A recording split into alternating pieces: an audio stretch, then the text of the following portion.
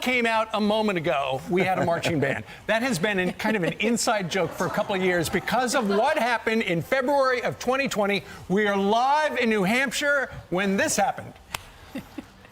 Bishop Girton High School performing Superstition in front of the Bedford Village Inn here, which is our world headquarters. Wake up, Sean Hannity. Wait a minute. You guys, another marching band. In his requirement to appear on our show today, he had to have a marching band. So, ladies and gentlemen, Sean Hannity, marching band. I actually looked out my window 2 days in a row now. They're amazing. I go to bed 2 hours prior, and I'm like hearing, hello, good morning. Who complains about a marching band? The thing is, so we're in New Hampshire. I'm finished at 10 o'clock, so I don't go to bed till 2:33. They start practicing at 4. Right outside my window. It's like, good morning, Fox and Friends. And it literally, it was an earthquake in the entire hotel. This is why all the anchors don't live together in one house, because we have different schedules. When we do, it gets a little disruptive. Sean, they love you. They all said when they were signing up to come to the show that they really wanted to see you. So thank you. I know that you didn't get any sleep last night. I know that you're going to have your show. Tomorrow's Election Day. Big time for you. Big time. Thank you for coming in to say hey to your family. Thank you, guys. So the issues that matter most, and I think we discussed this on Saturday a little, it's overwhelming. Economy matters most to the overwhelming amount of the public, but Democrats don't seem to be addressing it. They don't want to listen. There's certain things they don't want to talk about. Record high inflation, 41-year high. Record high gas prices. Don't you wish you had $2 a gallon gasoline again? Yeah. Right?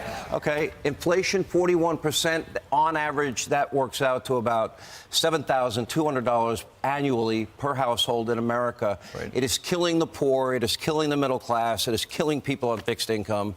Then you've got wide open borders, 4.5 million people. Anybody here happy with that? Illegally entering our country? We should have law and order. That's the next thing. Sure. Defund, dismantle, no bail laws are making every city dangerous in this country. And then they defend it. And then, they thought abortion was going to be their big issue until we found out, we can have an abortion up until the moment before birth. Yeah. That is out of touch with the American people. And lastly, parents, I would ask you, would you prefer CRT, gender identity, or reading, writing, math, science, history, and computers? Is it hard? That's what's on the ballot. And I will tell you this, and we discussed this on Saturday night.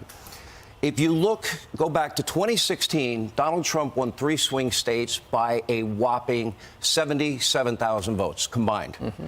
In 2020, Joe Biden, Arizona, Georgia, and Wisconsin, 43,000 votes. If you look at New Hampshire, if you look at Georgia, if you look at North Carolina, if you look at Ohio, Nevada, and Arizona, between those states, it's probably going to be decided the power in the Senate by less than 100,000 votes. So for people, it's simple math here. Everybody's got to be on board. It's all hands on deck if you want to change the country. Isn't that crazy to know that, though? When you look at look at Fetterman, look at his policies. He is so radical, yet he's neck and neck with Dr. Oz. That just shows you how divided our country is. I've never seen a candidate that advocates for releasing more convicted murderers. Yes. Once at least a third of the prisons opened up. Well, he's cornered that market. He's cornered. By the way, this guy wears a Halloween costume every day of the year. He has never one time worked a real job in his life. We've all worked real jobs in our lives.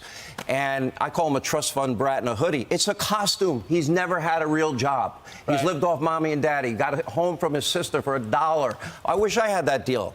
But the sad part is then you look at his radicalism.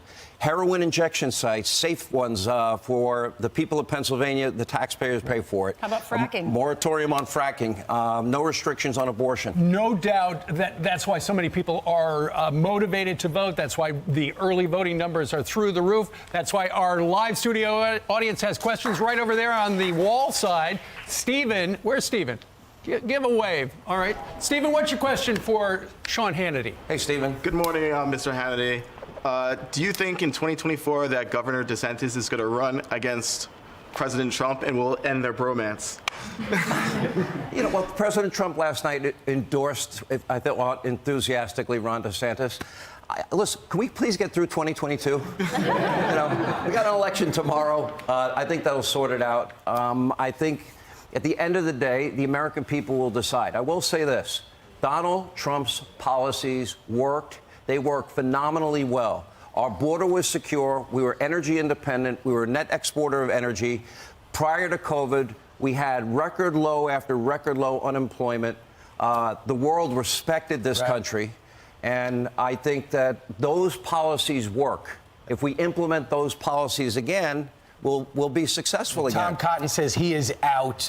Donald Trump sounds like he's ready to say he is in. Let's go to Chris in the second row. Chris.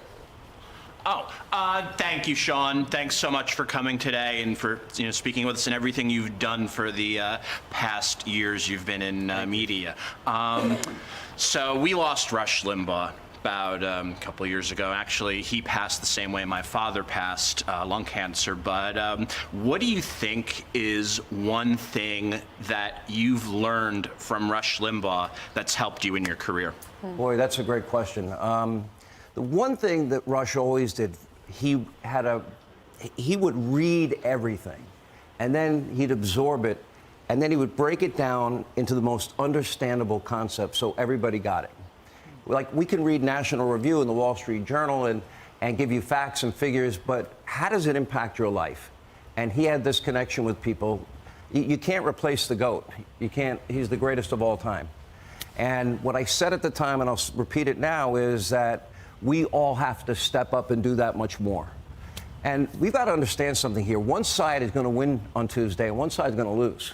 I cannot tell you with any degree of certainty that Bolduc is going to win in New Hampshire, or that Herschel will win in Georgia, or that Oz will win in Pennsylvania, or that Johnson will win in Wisconsin, or that Masters in Arizona, Chewbacca in Alaska, Tiffany Smiling in Washington, or Laxalt in Nevada. It's going to be the people in those states that decide.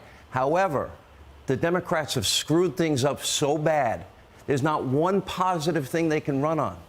And conservative ideas work. Maybe you didn't like Donald Trump's tweets, but I loved his economy. I loved record low gas prices. I loved secure borders. I loved energy independence. I love the fact I think Vladimir Putin feared him. I think President Xi feared him. Right. And we were a much stronger country. And I will say this, if you like Rush, there's a great book out there. Rush basically wrote, that was put together by Catherine Limbaugh and David. It's unbelievable. Great. So that'll be a great reminder. You know, Brian's in radio now. Right? Yeah. I'm way behind this guy, just learning in his wake. He's doing great. Thanks, Sean. It's awesome. Great to see you. Sean, Watch tonight at 9 o'clock. Thanks, guys. Do we have to have the band play him out? Oh, yeah. Okay. He's already awake. That was just to wake him up. They all want pictures with you, so during the break, you'll have to take some pictures. All right,